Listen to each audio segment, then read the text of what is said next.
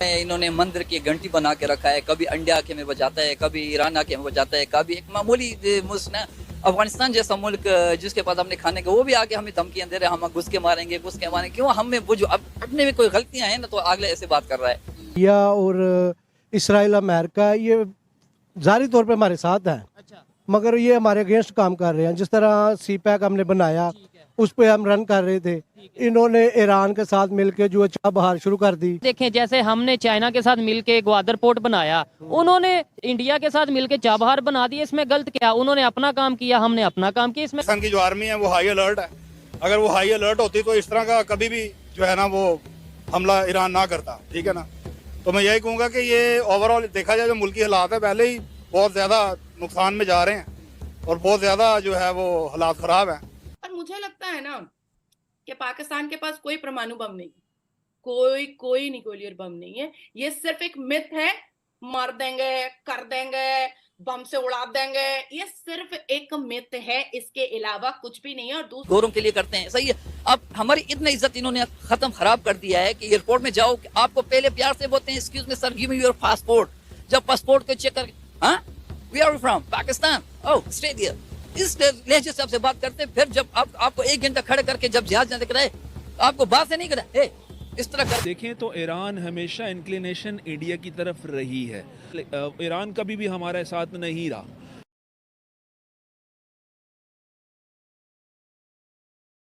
हमें इन्होंने मंदिर की घंटी बना के रखा है, कभी इंडिया आके में बजाता है, कभी ईरान आके में बजाता है, कभी एक मामूली मुल्क ना अफगानिस्तान जैसा मुल्क जिसके पास हमने खाने का वो भी आके हमें धमकियां दे रहे हैं, हम घुस के मारेंगे घुस के मारेंगे। क्यों हमें वो जो अपने में कोई गलतियां हैं ना तो अगले ऐसे बात कर रहा है। हम अपने आप को, क्योंकि हम एक पेज पर है ही नहीं, सही है। हमारा 60% अवाम एक पेज पर है, 40 दूसरे पेज पर है, तीसरा पेज पर कोई फौज कह रहा है, कोई ये पार्टी कोई उस पार्टी। हम पार्टी बाजी के पीछे लगे हुए हैं, सही। हम मुर्गियां लड़ाने के पीछे लगे हुए हैं, तो अगले तो इस तरह करना ही है। ईरान ने तो हमें बचाना ही है क्योंकि उनमें इत्तेफाक है। आप ईरान पे चले जाएं, आप उनमें खुद गया हूँ ईरान, आप उनके मज़ार पे चले जाएं जी, एक साइड पे शिया जाते हैं, एक साइड पे सुनी जाते हैं। वो आप इसमें ये बात ही नहीं, उनके जहन पे भी नहीं कि यार मैं तुम्हें मारूं तुम मुझे मारो। हमारे मुल्क में जब इतने फिरके, हमारे तो मोहल्लों में मस्जिदों में ताले लगे हुए हैं जी, तुम किस फिरके रखते हो, तुम वहाबी हो सुन्नी हो शिया हो। हमने इस फिरके में पड़े, हम तो अगले ईरान तो बचाना है, तो ये अगले ने अब ईरान की होश और नींद उड़ी है कि भाई अब सोना नहीं है, अब जागना है, अब जागना है। और किसको मारा है? जैश अल अदल को, ड्रोन, मिसाइल, और 24 घंटे में चीथड़े उड़ा दिए पाकिस्तान की सरकार की, चीथड़े उड़ा दिए, सोचने पर मजबूर कर दिया है भैया। और मुझे लगता है ना कि पाकिस्तान के पास कोई परमाणु बम नहीं, कोई न्यूक्लियर बम नहीं है। ये सिर्फ एक मिथ है, मार देंगे, कर देंगे, बम से उड़ा देंगे, ये सिर्फ एक मिथ है, इसके अलावा कुछ भी नहीं है। और दूसरी तरफ एक बात सही तरीके से वाजा हो चुकी है कि पाकिस्तान एक ऐसा देश है जहां पर आतंकियों को पनाह दी जाती है, पनाह दी जाती है। क्या कर रहा था जैश अल अदल पूरे परिवार के साथ? क्या कर रहा था पाकिस्तान में? कैसे मारा? मानो ईरान ने एयर स्ट्राइक किया, जैश अल अदल को तो मिलना नहीं चाहिए था ना। ड्रोन दिया, भेजा गया, जैश अल अदल क्यों मिला? तो ये जो आप कह रही थी कि पाकिस्तान की जो आर्मी है वो हाई अलर्ट है। अगर वो हाई अलर्ट होती तो इस तरह का कभी भी जो है ना वो हमला ईरान ना करता, ठीक है ना। तो मैं यही कहूँगा कि ये ओवरऑल देखा जाए जो मुल्की हालात है पहले ही बहुत ज़्यादा नुकसान में जा रहे हैं और बहुत ज़्यादा जो है वो हालात ख़राब हैं। तो इनको देखना चाहिए, सियासी हालात भी देख लें, आपके सामने हैं। मुल्क जो है वो तबाही के दहाने पर आ गया हुआ है तकरीबन। तो ईरान ने तो पहले ऐसा कभी नहीं किया, तो इसके सारे ड्रॉबैक्स देखने चाहिए कि ऐसा क्यों किया उन्होंने।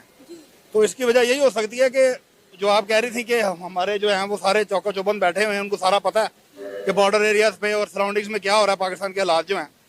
तो इसका मतलब है कि ईरान डरता ही नहीं है हमसे। अगर अफगानिस्तान नहीं डरेगा, ईरान नहीं डरेगा, हमसाया ममालिक को किसने शह दी है?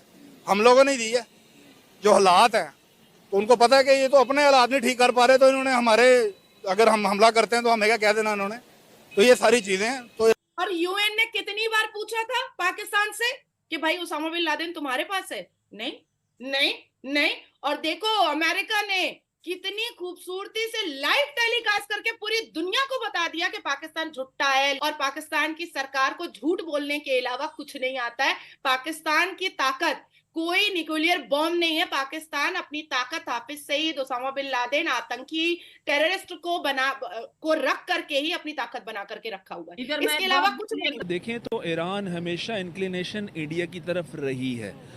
ईरान कभी भी हमारे साथ नहीं रहा, तो हमें इसमें कुछ नहीं, आई थिंक जब हो कहते हैं ईरान नहीं रहा, हम कहते हैं अफगानिस्तान नहीं रहा, हम कहते हैं बांग्लादेश नहीं रहा। सर हम दूसरों को ब्लेम करने से कब बाज आएंगे, कब खुद पे काम करेंगे? देखे ना सर, ये जो इंडिया और इसराइल अमेरिका ये ज़ाहिरी तौर पे हमारे साथ है, अच्छा, मगर ये हमारे अगेंस्ट काम कर रहे हैं। जिस तरह सी पैक हमने बनाया ठीक है, उस पर हम रन कर रहे थे, ठीक है, इन्होंने ईरान के साथ मिलके जो है चाह बहार शुरू कर दी। ठीक है। हमें जो है वो अपना मुआशी तौर पे हमें कमजोर या जो भी कमजोर आप किया। कह रहे हैं। लेकिन यह है कि देखें, जैसे हमने चाइना के साथ मिलके ग्वादर पोर्ट बनाया, उन्होंने इंडिया के साथ मिलके चाबहार बना दिया। इसमें गलत क्या? उन्होंने अपना काम किया, हमने अपना काम किया, इसमें गलत क्या है? लेट्स सपोज आप कोई बिजनेस करते हैं, साथ ये बिजनेस कर लेंगे तो ये आपके दुश्मन हो जाएंगे। नहीं, वो दुश्मन नहीं हो जाएंगे, ये फंडिंग करते हैं। इधर जो है ना हमारे इधर बलूचिस्तान के जो नौजवान हैं, जो कच्ची उम्र के हैं, जिन्हें नहीं इतना दीन का भी पता, दुनिया का भी नहीं पता, कच्चा ज़हन होता है उनकी BLA वगैरह का। हाँ जी।